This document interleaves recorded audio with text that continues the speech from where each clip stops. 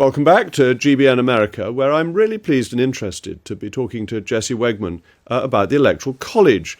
I actually learnt about the Electoral College as a schoolboy, which is now quite a long time ago, so my information's probably rather out of date. And Jesse, first of all, welcome, and I'm hoping you can help remind me of what I knew when I was doing 16-year-old exams about how the Electoral College works, but perhaps starting with why was it set up in the first place? Well, the American founders who designed the Constitution in 1787 were dealing with a lot of different crises all at once. And one of the biggest ones was how to choose a president. They said this at the time. They said it was the hardest decision that they had to make during this summer of 1787. And what they ended up deciding was this weird jerry-rigged system that we now call the Electoral College, whereby voters didn't directly select the president. They voted for, or state legislatures chose electors, people who were, more informed about politics, maybe had, histories as politicians or people in the military, and therefore could be trusted with these very profound decisions about the leadership of the country. And then those electors would then cast the ballots for the president. And that was the system as it was designed by the founders. It was thrown together at the very last minute. It was one of the last things they did in the final days of the Constitutional Convention. And the thing that I think most Americans and most people around the world don't know is that the system that they designed essentially fell apart within a few years. The thing that they thought it was going to do, it stopped doing because national political parties, which nobody had anticipated at the founding, developed in the first decade of the American experiment. And those national political parties became essentially teams fighting against each other.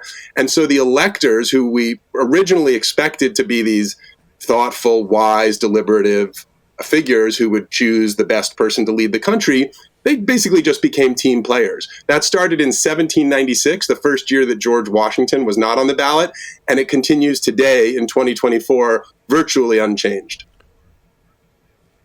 And so the initial thought was that these members of the Electoral College would be independent and they'd vote for whoever they thought was best. They weren't tied, whereas since 1796, they've actually been tied to the candidate who they've been voted in to support.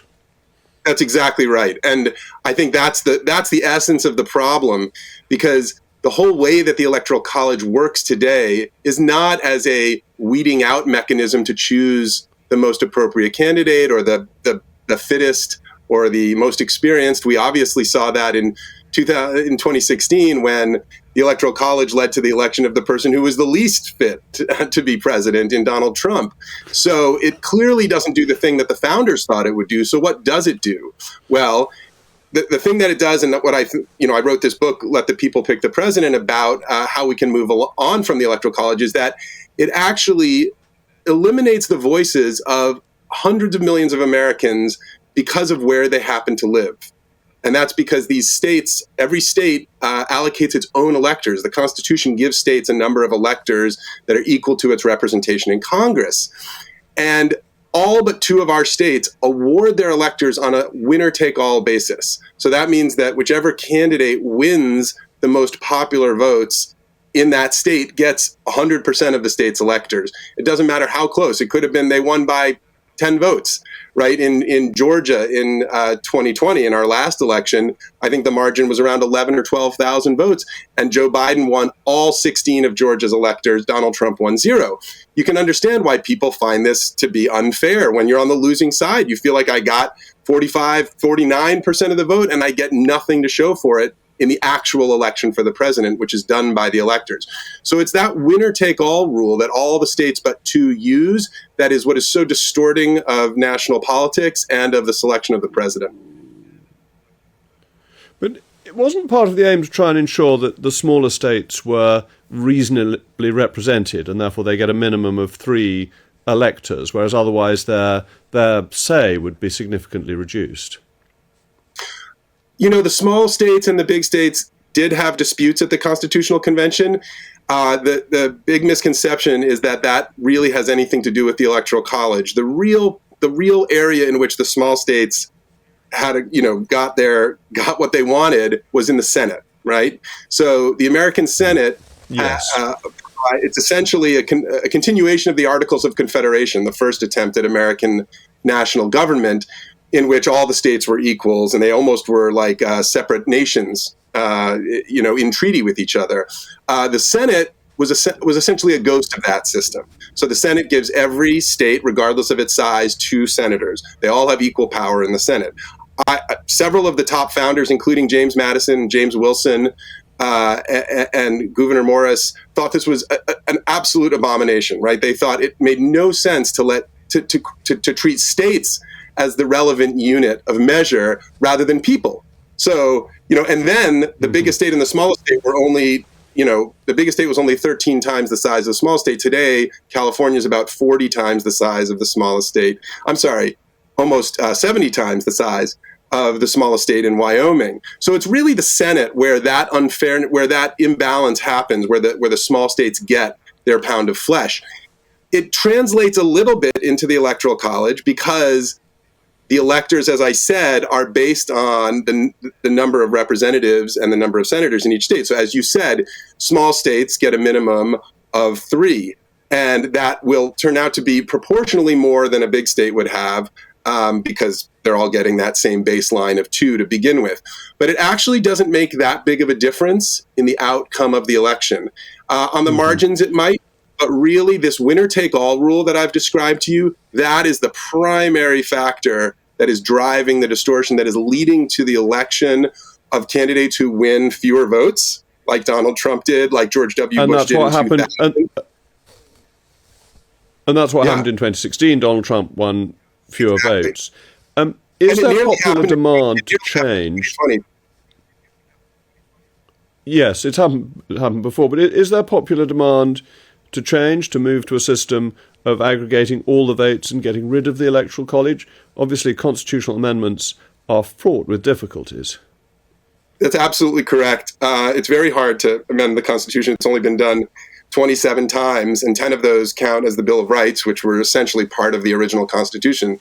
So really, it's only been done 17 times in American history and not for the last 52, 53 years. The interesting thing about this is, right, most Americans hate the Electoral College, and they'll say that, right? Polling from the very beginning has shown that large majorities of Americans do not like the Electoral College. Today, more Democrats will say they don't like it than Republicans because, Democrats have lost twice because of the Electoral College when they should have won. But I think it's this essential instinct toward majority rule, the idea that the person who gets the most votes should win, that is driving American sentiment in that direction. That's how we run all of our other elections. The person who gets the most votes wins. And this is the only election in which that's not the rule. And it offends people's sensibility who live in a modern representative democracy. So while there is this sort of generalized sentiment to amend the Constitution, you have, as you said, the barrier of constitutional amendments. It's extremely hard to amend the Constitution. You need 2/3 of both houses of Congress to pass an amendment, and then you need 3/4 of the states, which is 38 states right now, to agree to it. And you can see why that's such a high hurdle. Today, in a polarized country like America, getting 38 states to agree to anything is very hard. But it would be an completion, wouldn't it, of the process that started with the Constitutional Convention, that the Senate wasn't a democratic body in its first many decades. It was semi-appointed by the states, wasn't it? And that evolved, suffrage has extended, and the sort of one final bit is the direct election of the president. It's a great point, and it's the one that I make in my book, which is that the arc of American democracy has bent continually in the direction of more enfranchisement, more people voting, and more equality in voting. And as you said, the enfranchisement of Black Americans who had been previously enslaved, the enfranchisement of women who represent more than half the population and who were not formally enfranchised by the Constitution until 1920. These things are really important marks on that arc toward a more equal and a more inclusive democracy. And yes, I would argue that Electoral College, which is still, we're essentially trapped in 1787 by it, is that last big step on the arc toward a true representative democracy.